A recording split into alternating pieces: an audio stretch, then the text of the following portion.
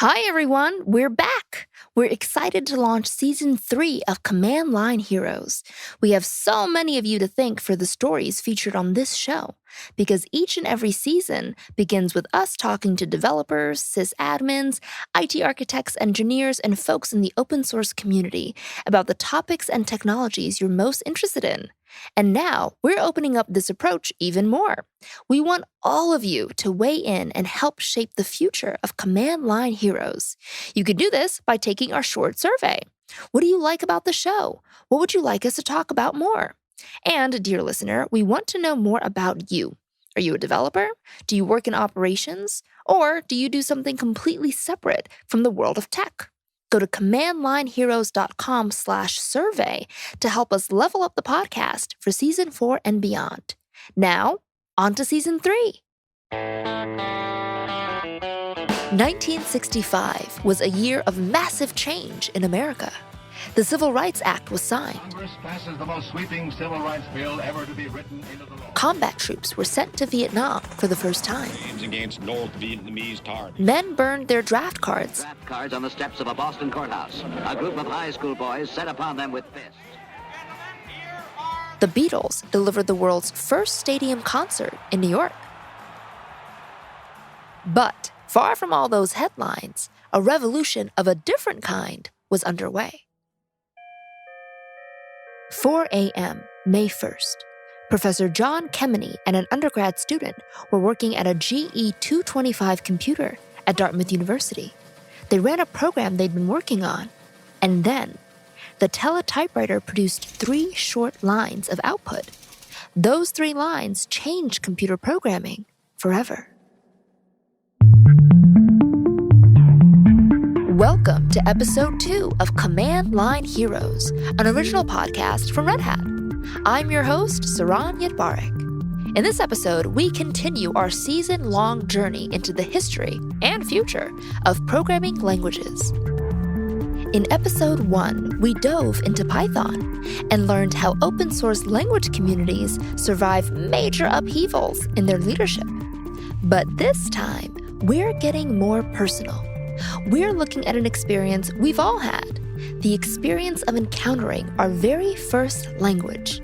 We'll take a look at my first language, Ruby. And we'll learn how some first languages come to us in the form of a game. But we're beginning with an example that can help us understand what first languages really means. It's the language that was born in that Dartmouth laboratory with those 3 short lines of output. At that pre-dawn meeting in 1965, John Kemeny witnessed the birth of his co-creation, BASIC. BASIC. It stands for Beginner's All-Purpose Symbolic Instruction Code. And that first word, beginners, is where the magic lies. In the early days of programming, you pretty much needed a PhD in order to do a little coding. It was an elite pursuit that required major education, not to mention major hardware. But Professor Kemeny and his team wanted to change all that. What would it look like, they wondered, to produce a programming language that anybody could use? While teenage baby boomers were demanding change all across America, the team at Dartmouth proposed a shakeup of another kind. Their secret weapon was a room-sized mainframe computer, that GE 225. Weighing in at a healthy 2,000 pounds, it was capable of something brand new. The GE 225 was capable of time sharing. Suddenly, the complicated system of punch cards or enormous walls of switches wasn't necessary anymore. Time sharing meant that a whole bunch of programs could be executed almost simultaneously, with the machine's attention bouncing between users. Time sharing meant that access to computing could expand in amazing new ways. Here's some audio from Dartmouth, featuring one of the undergrads studying there when BASIC first appeared. Here's John McGeechee, class of '65. We had taken a fairly expensive computer that could only be used by one person at a time and converted it into something where it wasn't just 30 users who could use it, it was 30 undergraduate students using this computer simultaneously, writing programs, getting answers quickly. It was a combination of immediacy and simplicity that had not previously existed. John Kemeny had teamed up with Thomas Kurtz, another evangelist for computer literacy, to develop the BASIC language. They saw how time-sharing democratized things and knew that the barrier for entry was suddenly so much lower. All that was needed was a language that prioritized simplicity and immediacy, a language like BASIC.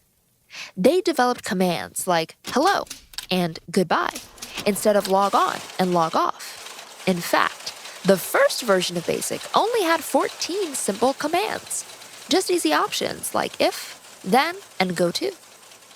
I am Tom Corman. I'm a professor of computer science at Dartmouth College. Professor Corman spoke with us about that beginner's revolution and how the creation of BASIC really did feel like part of a new zeitgeist, a world where computing was exciting to more people, even a little bit hip.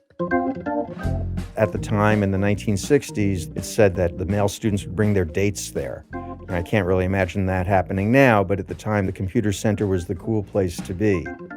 This new interest in computing on campus was the immediate result of that first beginner's language. BASIC opened up computing to people who weren't just computer jocks, as we used to say back then. Social scientists who really didn't want to get into the weeds of a language like Fortran could use BASIC, and people doing work in the arts and humanities, if they were doing text analysis or even trying to create art, they could use BASIC for that. So after a few years, people were doing things like writing computer games and also incorporating computer graphics routinely into their work. All those kids who didn't necessarily see themselves as programmers suddenly got into programming on an almost intuitive level. It reminds me of the kind of world Grace Hopper pushed for. When we talked about Hopper last season, we saw how her language innovations brought programming to a wider circle. This BASIC moment, it was like a continuation of Hopper's dream. I'm sure Grace Hopper would have liked seeing more people coding. She probably would have liked that BASIC had a different slant from COBOL, and that it just opened things up to people even more and gave them a choice. They could write in COBOL, they could write in Fortran, they could write in BASIC, they could write in ALGOL, any of the popular languages of the time.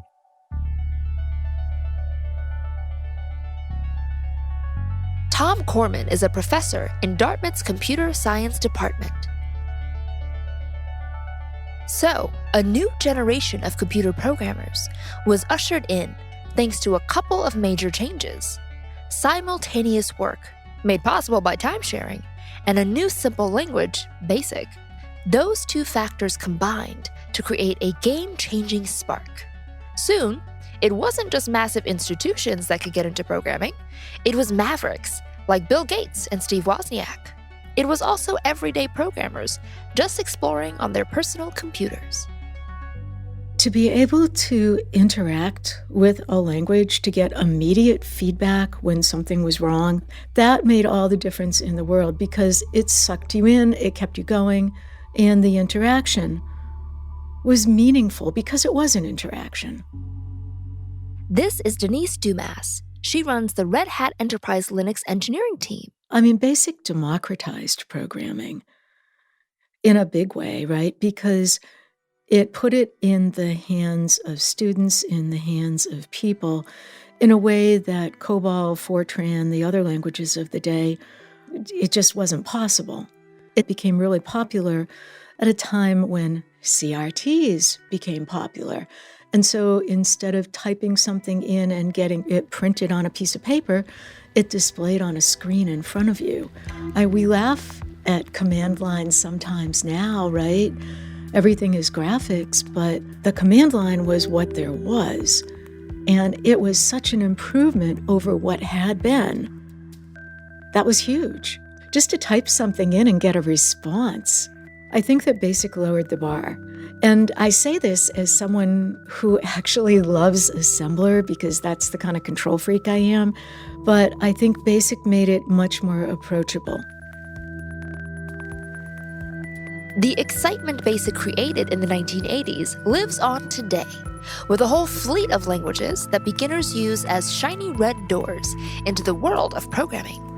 And yet, something important has changed, because those entrances don't just show up on university campuses anymore.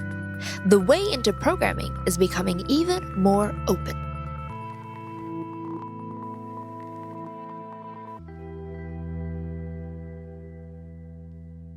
As amazing as BASIC was, Grace Hopper's dream wasn't going to stop there. Today, beginners have 100 ways to find their start. And for me, learning a first language meant attending an institution called the Flatiron School in New York City. I prepared for months for that program.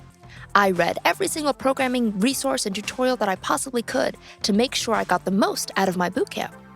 I wanted to learn about how people today discover that first language. So I headed back to interview my old teacher. Avi Flumbaum. Avi is one of the founders of the Flatiron School. So it was a treat for me to dig into Avi's thoughts about first languages and how our approaches to first languages have changed since the old days of BASIC. So when you are teaching someone how to code, where do you begin? Because I remember when I first learned my first programming language thinking, this is so weird. I was an English major. I really liked math when I was in school. I liked organic chemistry. There are a lot of things that I was really into, a lot of different subjects, but there was nothing I could connect coding to. There was nothing that was a good analogy. It just felt like its own little world. So as a teacher, where do you start? I think that anything that is familiar to you in life was once foreign, and experiencing it and wading in its waters and actually spending time with it is what makes you comfortable with it. And it's just a question of reps and really just time that you put into it. I think what makes programming difficult and what makes it feel so foreign is that it is a tremendously particular syntax for expressing something. There's zero ambiguity. There's no margin of error. It either works or it doesn't. And when we communicate to each other, we generally don't have that kind of requirement where everything has to be exactly correct. One comma is off, one parenthesis missing, and just it's all broken. I always say that computers are stupid and we have to just be perfect in order to get them to understand what we mean. I like that. I like this idea of the machine being the stupid one and me being the smart one. I approve of this. This is great. Yeah. For me, that first language, the one I cut my teeth on, was Ruby. From experience, I can tell you it's a pretty sweet first language. When you read the code, it feels like you're reading English. It's got tons of great libraries. And here's a bit of trivia. The creator of Ruby, Yukihiro Matsumoto, he got into programming by learning BASIC. These days, a lot of newbies might be tackling Python or JavaScript instead. And I wanted to know whether Avi thought any one language was a better front door than all the others. I'm wondering, are there preferred starter languages? If someone's coming into this with no tech background, no coding experience, no CS degree, they're kind of starting from absolutely nothing, from square one, square zero even. Are there preferred languages that are good starting points that have changed over time? Well, first, I'll say that everyone comes into it with no background. No one is born a programmer. So whether you formally learned it in a CS program or, in your community center or read books and taught yourself, everyone started as a beginner. And then in terms of, the preferred beginner language, I think it's really whatever kind of speaks to you first. Like, my advice to beginners is always just pick a language and learn it. Don't change. I think the biggest thing that beginners do is kind of start learning Python and then get frustrated with it and say Python sucks and now I'm going to go do JavaScript. And then they learn JavaScript and then they get frustrated with JavaScript and they jump again. I personally, as you know, think that Ruby is a great beginner language. I think that its syntax is just, really beautiful. Its value, explicitly, is to make you, the programmer, happy. I don't know any other language that was invented to make a programmer happy. I know a lot of languages are invented to make machines happy, but I think Ruby is really natural. We can agree on that one. But again, there's no wrong answer here. A first language, after all, is just that, a first.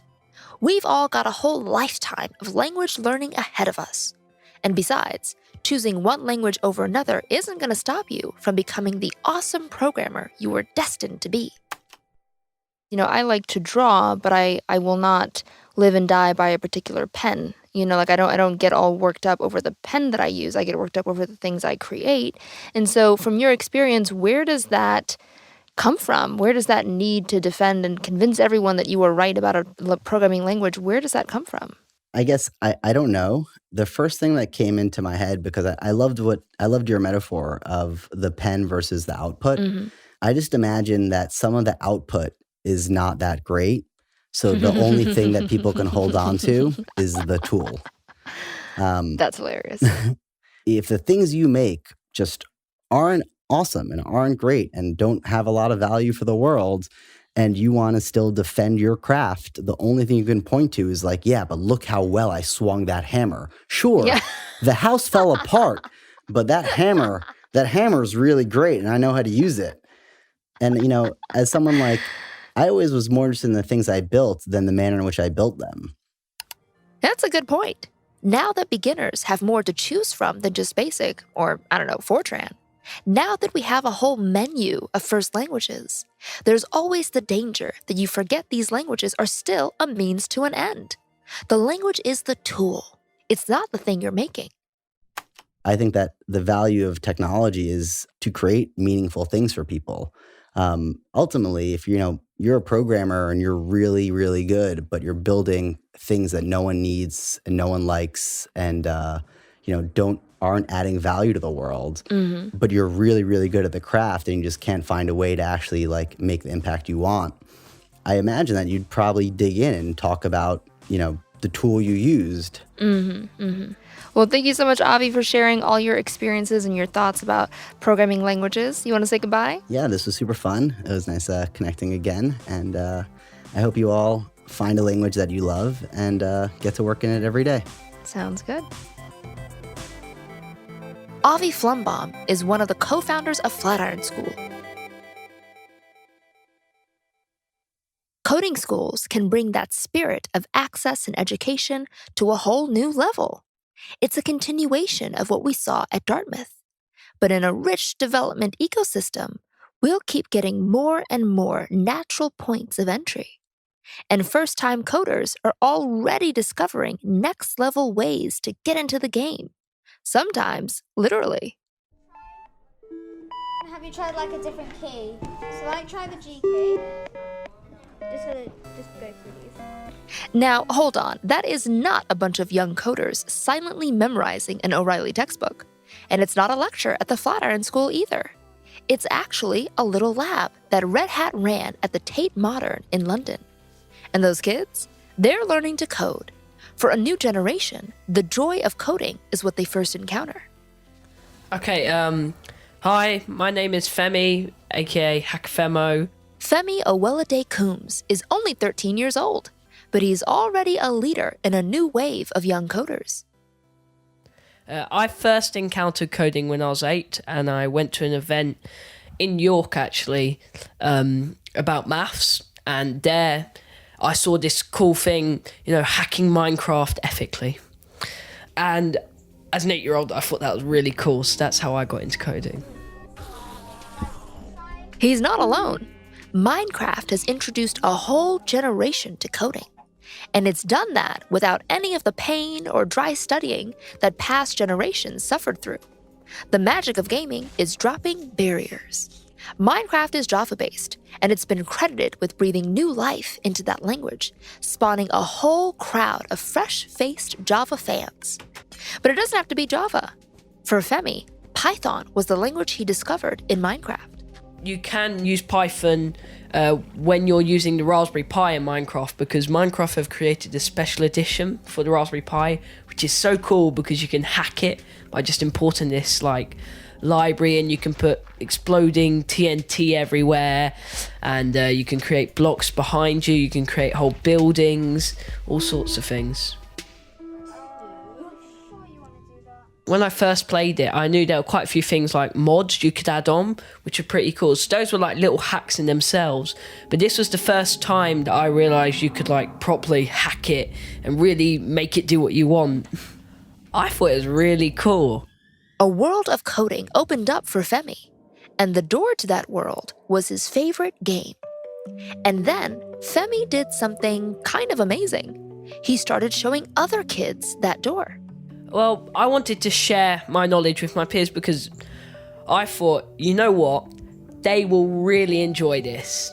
And I had a great time. I want to share this with everyone else so that they can learn about it and so that they can even get into coding.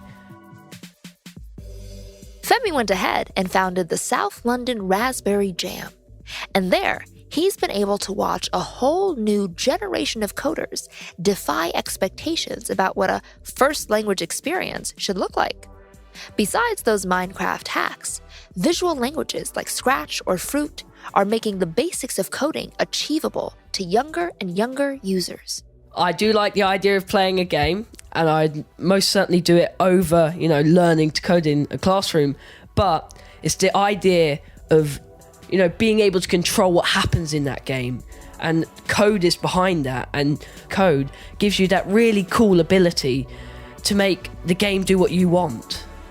Femi's mom told us how happy she was to discover that gaming didn't have to be a passive pursuit. What I love about his story is that it starts with gaming, sure, but it doesn't end there. He built an amazing community of young coders, and Femi's own coding life is taking off. It's not just Minecraft anymore. He works in HTML, JavaScript, and CSS, building websites and doing web design. He's even building his own games using Unity. Everyone really should have a right to learn how to code because it is the future. So, is Minecraft really a giant programming university? Are the coders of tomorrow going to absorb new languages through games and simply messing around? Will languages be learned just through osmosis? Hi, my name's Robin Bergeron. Robin's the community architect for Ansible over at Red Hat. And she also happens to have a couple kids who've stumbled into programming themselves. So there was a moment at dinner one night. I was actually cooking. Everyone was impressed. My daughter came into the kitchen area and she said, "Mommy, I filed a bug in Minecraft." I work in software. I get to see lots and lots and lots of bug reports. And I was just really curious about what that meant in that universe, right? Is that like I talked to someone on Twitter and said it's broken or what? And I asked her to show me. So she opened up her computer and she had created a Jira account in Mojang's system. We should note, Robin's daughter was 11 when she did this. She had filled out their form exactly. And, I see lots of bug reports that are not well formed or they're very mean. I see a lot of that too. But it was a perfectly, here's what happened. Here's what I expected to happen. And here's all of the steps to reproduce, which is, for a lot of people, that's their first interaction with any project, whether it's a, commercial, proprietary software project like a video game or a open source software project. And I was so proud of it. And I told her we could totally go to the Minecraft conference after that because they had been dying to go. Robin was about to realize that while the rest of us were going about our day jobs, the kids were starting a revolution. Here's what happened at that conference. We went to the keynotes and I said, we'll go at the last second. We'll be fine. We'll totally be like in the second row. Oh, no. We were like 10 of those gigantic big screens back in the room. But it was nonstop cool stuff for kids. And they had a moment on one of the days where they brought out all of the developers. And when the engineers came out, literally every kid in this audience was like standing on their chair screaming. Like if you've ever seen a Here's the Beatles, like the Beatles Come to America video, it was like that. I mean, it was like, I can't believe we're like near them and they're amazing. And, during the sessions, people were trying to get their autographs. And it was, I'm sitting there with my kids being like, I work on operating systems that connect the internet so that you guys can actually game together. What are we doing wrong? But, kids just being like, I'm going to be a JavaScript person when I grow up. Yes. And, just watching the level of enthusiasm at that event was fascinating, but it's a video game. There was a time back in the 70s when everyone's first language was BASIC. And then Maybe it was C. More recently, people have been starting with Java or Python. But visual languages and games are ushering in a coding future that we're only beginning to imagine. Even though it may seem trivial to someone who's been programming for years, it's, like that first moment of, I'm playing and I don't even realize that I'm actually learning something that could turn into a lifelong skill. Robin Bergeron is the community architect of Ansible at Red Hat. BASIC invited college students into the world of programming, and games like Minecraft invite elementary school students into that world today. But, in a way, the creative impulse behind all of this hasn't changed. Those college kids exploring BASIC, they were often using it to build their own games. Lots of fantasy football, apparently. Our creative spirit is what drives us toward programming languages in the first place. That drive to tweak the world, make it better, or just more fun. Next time in episode 3, where do brand new programming languages come from anyway? We're learning how incredible challenges push developers to walk away from the languages of yesterday and build something totally new today. Command Line Heroes is an original podcast from Red Hat. If you want to dive deeper into the origins of BASIC or anything else you heard on this episode, head on over to redhat.com/command-line-heroes. I'm Saran Yitbarek. Until next time, keep on coding.